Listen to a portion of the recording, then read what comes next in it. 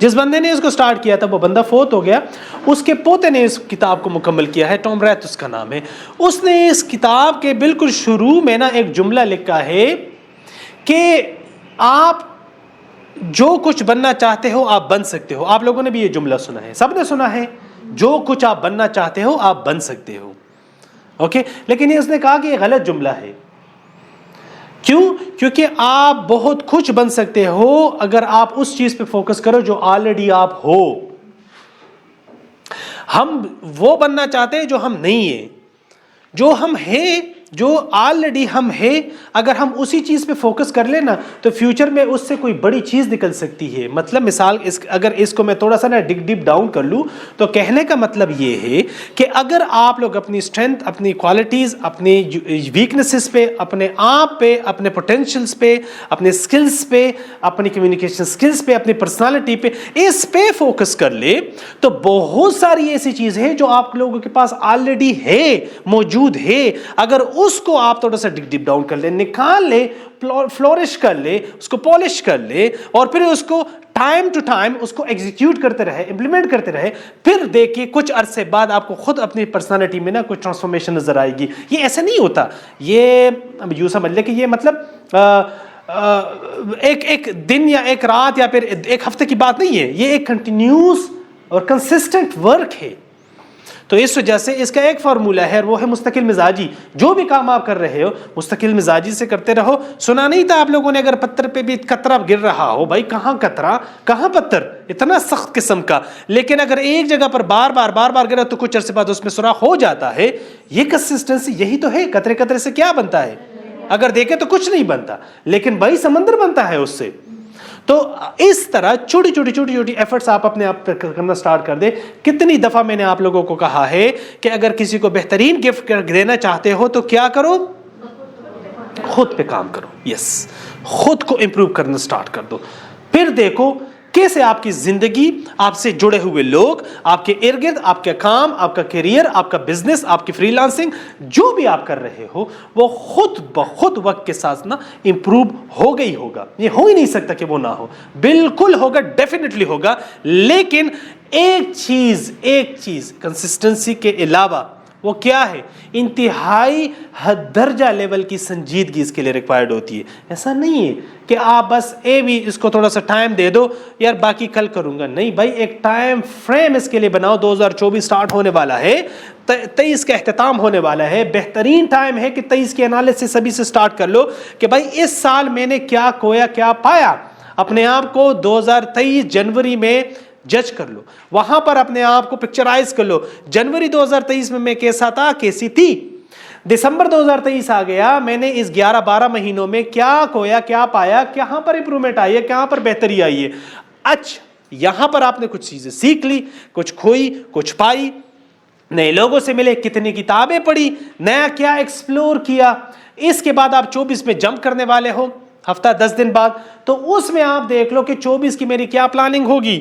میں کوارٹرلی کیا پلان کر لوں گا، میں 6 منتھس میں کیا پلان کر لوں گا، میں 3rd کوارٹر میں کیا کروں گا، اور پھر میں اختتام پر کیا کروں گا۔ اس کی پراپر پلاننگ کر لے، فائنینشلی بھی کر لے اور فزیکلی بھی کر لے، اپنے ڈائٹ پہ بھی فوکس کر لے، اپنے کیریئر پہ بھی فوکس کر لے، اور سب سے اہم اپنی پرسنل امپرومنٹ پہ بھی فوکس کر لے کہ بھائی میں پرسنلی کس جگہ پر اپنے آپ کو دیکھ رہا ہوں یا رہی ہوں 2024 دسمبر میں۔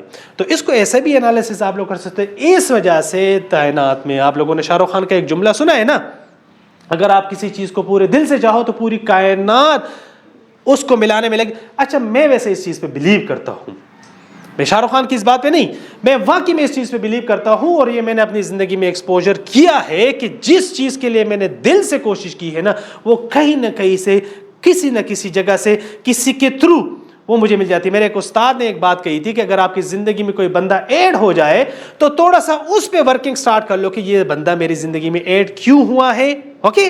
اگر آپ ورکنگ کر لو اور آپ کو سمجھ نہیں آ رہی ہے کہ یار اس بندے کہ فٹ کہاں پہ آ رہی ہے میری زندگی میں, یہ فٹ کہاں ہو رہا ہے, سمجھ نہیں آ رہی ہے. ایک تو ہو گیا میری زندگی میں نیا بندہ آ گیا, لیکن مجھے سمجھ نہیں آ رہی ہے کہ یہ میری زندگی میں کیا کام کر, بالکل سمجھ نہیں آ رہی. آپ نے اپنی انالیسس کر لی, اپنی اس پہ ورکنگ کر لی, اپنے اس کو پورا جانچ پڑتال کر دیا اس کا, پھر بھی آپ کو سمجھ نہیں آ رہی کہ یہ بندہ کہاں فٹ ہو رہا ہے میری زندگی میں. تو پھر آپ یہ ذہن میں رکھ لیں, استاد محترم نے یہ جملہ بھی کہا تھا کہ اس بندے کے تھرو اللہ کسی اور بندے سے آپ کو ملانا چاہتا ہے. تو اگر کچھ بھی ہو رہا ہے یہاں نا, تو بلا وجہ نہیں ہو رہا. آنیسٹلی میں بتا رہا ہوں, آپ صبح سے گھر سے نکلتے ہو, رستے میں آپ کے سامنے کوئی ایکسیڈنٹ ہو گیا, تو یہ بلا وجہ نہیں ہوا. آپ کے سامنے کیوں ہوا, 2 منٹ پہلے یا 2 منٹ بعد میں کیوں نہیں, why exact on your time when you were passing on that area, why that incident happened in front of you, why. آپ کو کچھ نہ کچھ طریقے سے کہیں نہ کہیں پہ الٹیمیٹم دیا جا رہا ہے رب ذوالجلال کی طرف سے کہ بھائی اس سے آپ اپنی جو ناقص عقل ہمارے پاس موجود ہے نا, اب اس کو یوز کر لو کہ بھائی اس سے میں کیا نکال سکتا ہوں یا سکتی ہوں. یہ اومن ہے تو یہ مجھے کس چیز کا اشارہ دے رہا ہے یا دے رہی ہے. کسی بھی زندگی میں کوئی بندہ اس طرح آئے جو انتہا درجے کا لیول کا بالکل فارغ ترین قسم کا انسان ہو, بالکل فضیل قسم کا انسان ہو, اور آپ کو چھوڑ ہی نہیں رہا ہو, تو وہ ہوتا ہے رب کی طرف رجوع کرنے کا ٹائم. یا باری تعالیٰ کوئی گناہ ہوا ہے, سر پہ سجود ہو جائے, دعا کرے رب سے, معافی مانگے, گناہوں کا کفارہ ادا کر لے, صدقہ جاریہ جاری کر دے. یا باری تعالیٰ بالکل مجھے لگ رہا ہے کہ کچھ نہ کچھ غلطی ہوئی ہے لیکن سمجھ نہیں آ رہی ہے, معاف کر دے جو بھی ہوا ہے, خود بخود وہ مسئلہ حل ہو جائے گا. اصل میں نا رب بھی کسی نہ کسی طریقے سے انسان کو نا دیکھے کیوں آزمائشوں سے میں آپ کو آزماؤں گا, مال سے, اولاد سے, دولت سے, کیوں, تاکہ جب میرے پاس آپ آؤ تو بالکل صاف ستھرے ہو کر آؤ, گناہوں سے پاک ہو کر آؤ. وہ کہانی دوبارہ میں ریپیٹ کر دیتا ہوں کہ ایک بندہ تھا بالکل اللہ کا نیک برگزیدہ بندہ تھا, اور اس کے اگینسٹ ایک اور بندہ تھا جو گناہگار بندہ تھا. گناہگار بندے نے صحرا میں بیٹھ کے مچھلی مانگی, اور وہ بھی گندے سے تالاب میں. اللہ نے فرشتے کو حکم دیا کہ جا کے اس کو سمندر سے مچھلی, بہترین قسم کی مچھلی پکڑا کر اس کو وہاں دے دے, اسی گندے سے تالاب میں دے دے. اس نے اس کو وہاں سے مچھلی ملی, اور وہ انتہائی گناہگار قسم کا انسان تھا. دوسری طرف پر ایک نیک قسم کا انسان تھا, اور وہ پیاس سے مر رہا تھا, تھوڑا سا پانی پڑا تھا, تو اللہ نے فرشتے کو حکم دیا کہ یہ پانی گرا دو تاکہ یہ پیے نا. وہ پیاس کی وجہ سے مر گیا. تو فرشتے نے کہا کہ یا باری تعالیٰ سمجھ نہیں آئی یہ ہوا کیا ہے. وہاں پر وہ گناہگار انسان تھا, صحرا میں آپ نے اس کو مچھلی پکڑا دی. یہاں پر یہ نیک انسان ہے, پیاس کی وجہ سے وہ مر گیا, حالانکہ پانی موجود تھا. تو آپ نے کہا کہ یہ پانی بھی اس سے لے. اللہ نے کہا کہ اس گناہگار انسان کم وقت نے نا ایک نیکی کی تھی, اور میں نہیں چاہتا تھا کہ اس کا صلہ وہ مجھ سے اس میں دنیا آخرت میں مانگے, تو میں نے اسی کا صلہ دنیا میں دے دیا. اور اس نیک انسان نے ایک گناہ کیا تھا, اور میں چاہ رہا تھا کہ یہ جب میرے سامنے آئے تو وہ گناہ دنیا میں ہی ختم ہو جائے. تو یہ اگر اللہ آپ کو کسی طریقے سے اذیت دیتا ہے, کسی کی وجہ سے آپ کو تنگ کرتا ہے, کچھ بھی ہوتا ہے نا, تو یہ بیسیکلی اللہ تعالیٰ اپنے آپ کو نا ریڈی کر رہا ہے کہ جب آپ کی رب ذوالجلال کے ساتھ روز محشر ملاقات ہوگی نا, تو بالکل اللہ آپ کو کہے کہ یہ میرا بندہ آ گئی ہے, اور بالکل اس کا جو گناہوں کا جو کفارہ تھا دنیا میں ہی اس نے گناہ کیے تھے, دنیا میں بھی اس نے کیے, اور اس کا قرض بھی ادا ہو چکا ہے, جا جنت میں جا. تو اس وجہ سے اپنی انالیسس کر لے. ہم سر سے لے کر پیر تک امانت ہے, یہ ہمارے پاس, یہ پوری جسم ہماری امانت ہے. اس کے اندر کیا ہے, سافٹ ویئر ہے. سافٹ ویئر کا کیا نام دیا گیا ہے, روح ہے, روح. آج جو میری لرننگ ہوئی ہے, یہ میری لرننگ ہوئی ہے سو فار, یہ 13-14 چیزیں ہیں. میں تھوڑی سی کریکشن کر دوں, ٹائم سپین جو ہے یہ 2 منٹ نہیں ہے. 2000 میں نا, سن 2000 میں یہ 20 سیکنڈ تھا, اور بعض ریسرچ میں نے یہ بتایا جا رہا ہے کہ یہ 15 سیکنڈ ہے, اور 2000 میں زیادہ تر یہ بھی بتایا جا رہا ہے کہ یہ 13 سیکنڈ ہے. اب جو ہے نا, اب یہ 8.25 ہے, مطلب 8.5 9 سیکنڈ بھی نہیں ہے, تو 2 منٹ نہیں ہے. تو اگر آپ کسی بچے کا اٹینشن گریب کرنا چاہتے ہو نا, تو بھائی آپ ذہن میں رکھ لیں کہ 8 سے 10 سیکنڈ ہوتے ہیں آپ کے پاس, کیچ کر لے اس کو, ورنہ وہ پھر چلا جاتا ہے. گولڈ فش جو ہوتا ہے, گولڈ فش بچی ہے ایک، اس کا اٹینشن نہ ہونے کے برابر ہے. انسانوں کا جو اٹینشن اسپیم ہے نا، یہ آہستہ آہستہ آہستہ آہستہ گولڈ فش کی طرف جا رہا ہے. کیوں؟ ٹیکنالوجی کی وجہ سے.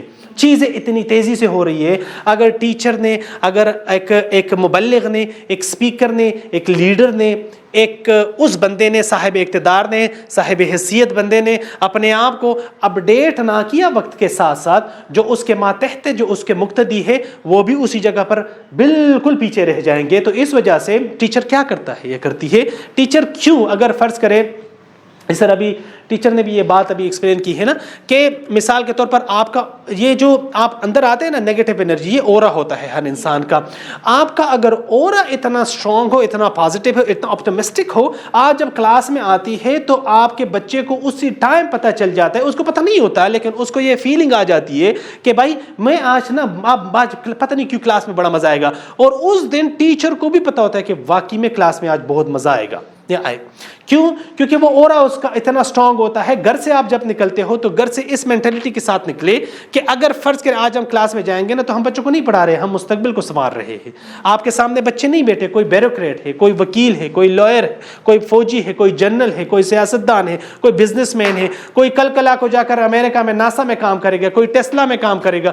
تو اس مینٹلٹی کے ساتھ جب آپ کریں گے کہ بھائی میں یہ بیوروکریسی بنا رہا ہوں یا رہی ہوں، تو پھر دیکھ لیں آپ لوگ کام بھی اس طرح کریں.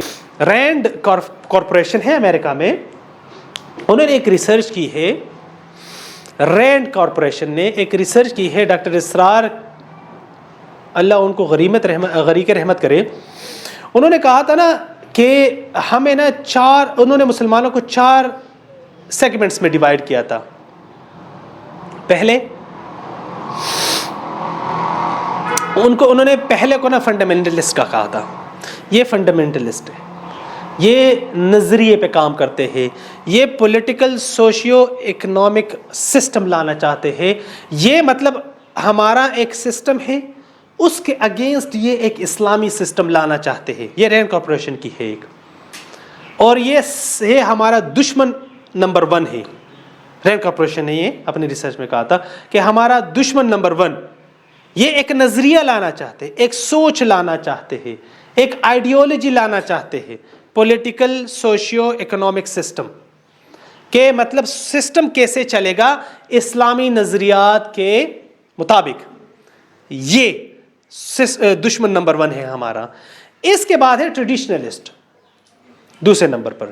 ٹریڈیشنلسٹ کیا کرتے ہیں؟ یہ مطلب ایک روایتی، یہ روایت کے مطابق چل رہے ہوتے ہیں. مطلب ان کا مدرسہ بھی ہے، ان کی مسجد بھی ہے، یہ جمعے کو خطبہ بھی کرتے ہیں. یہ بس گو ود دا فلو والی چیزیں ہیں. کہتے ہیں یہاں تک تو بات صحیح ہے. اب لیکن ہمیں ان سے ڈر اس وجہ سے لگتا ہے، دشمن نمبر 1 ہمارا فنڈامنٹلسٹ ہے. لیکن یہ جو ٹریڈیشنلسٹ ہے نا، ان سے ہمارا مسئلہ یہ ہے کہ یہ ایسا نہ ہو فنڈامنٹلسٹ کے ساتھ مل جائے، اور اگر یہ مل گئے نا تو یہ طاقت دگنی ہو جائے گی. کیسے؟ دیکھیں، ایک جمعے کو نا یہ خطبہ کرتے ہیں اور فری میں ان کو لوگ آ کے بیٹھ جاتے ہیں. ایک جلسے کے لیے آپ کتنی محنت کرتے ہیں، ان کو فری میں ہر ہفتے وہ جلسہ مل رہا ہوتا ہے فری میں.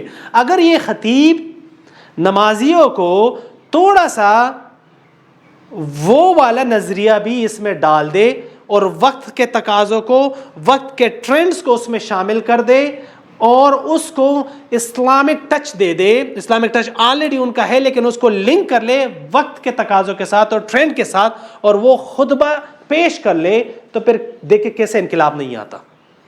خطیب کے پاس ایسا بہترین ٹول ہے. جس طرح میں نے اس دن آپ لوگوں کو کہا تھا، اس دن ہمارا سیشن تھا، 100-120 کے قریب خطیب ہمارے ساتھ تھے. ان کے ساتھ سیشن ہو رہا تھا. جب ان کی ایک انالیسز ہم نے کر لی تو کسی کی مسجد میں 7,000 نمازی آ رہے تھے، 4,000 نمازی آ رہے تھے، 2,000 نمازی آ رہے تھے، 500 نمازی سب کا ایک ریشو ہم نے نکالا تو 30 سے 40 ہزار نمازیوں کے خطیب اس سیشن میں ہمارے پاس موجود تھے. اگر وہ اس سیشن سے 1 یا 2 چیزیں بھی لے جاتے تو یوں سمجھ لے کہ آنے والے جمعے میں وہ چیزیں ایگزیکیوٹ ہو جاتی. اور وہ کتنے لوگوں کو ملتی؟ 30 سے 40 ہزار لوگوں کو. اب یہی 30 30 سے 40 ہزار لوگوں میں سے مثال کے طور پر 20,000 نے اس کو واقعی میں امپلیمنٹ کیا اور انہوں نے گھر جا کر وہ بات بتائی تو وہ گھر میں بھی انکلکیٹ ہو گئی اور آہستہ آہستہ خواتین میں بھی چلی گئی اور بچوں میں بھی چلی گئی. دیکھو کتنا بہترین نظام ہے, نہ کوئی سوشل میڈیا, نہ کوئی مارکیٹنگ, نہ کوئی اس پہ بوسٹنگ وغیرہ, نہ کوئی کمپین چلانا, فری میں آلریڈی ہو رہا ہے اور اتنے بہترین طریقے سے ہو رہا ہے. تو یہ ہے دوسرے نمبر پر. تو یہ کوئی مسئلہ نہیں ہے ان سے, لیکن اگر یہ ان کے ساتھ مل گئے نا تو یہ بڑا مسئلہ ہو سکتا ہے. اور تیسرے نمبر پر ہے ماڈرنسٹ, جو کہتے ہیں کہ ہم مسلمان تو ہے لیکن وہ تھوڑا سا ماڈرن ٹائپ کہتے ہیں, وہ کوشش کرتے ہیں, وہ گھسیڑتے رہتے کہ بھائی مغربی ٹچ مغربی ٹچ مغربی ٹچ. کہتے ہیں ان سے ہمیں کوئی مسئلہ نہیں ہے اور ہمیں ان پہ بھی کہتے ہیں کہ ان پہ ہمیں کام کرنا چاہیے. یہ تھوڑا سا نا اس مائنڈ کے ہے کہ یہ تھوڑا سا مغربی ٹچ دیتے ہیں تو کہتے ہیں کہ یار ہے تو مسلمان لبادہ ہم مغرب کا اوڑھیں گے, اور آخر میں ہے کہ وہ سیکولر ٹائپ ہے, کہتے ہیں کہ بس ان کو تو چھوڑ ہی دو. وہ شیطان بھی کہتا ہے نا کہ یار یہ تو بس اپنا ساتھی ہے, تو ساڑھا پرا ہے بھائی, ہاں ساڑھا پرا ہے ہمارے ساتھ ہی ہے نا, بس چھوڑ دو اس کو, دفع کرو.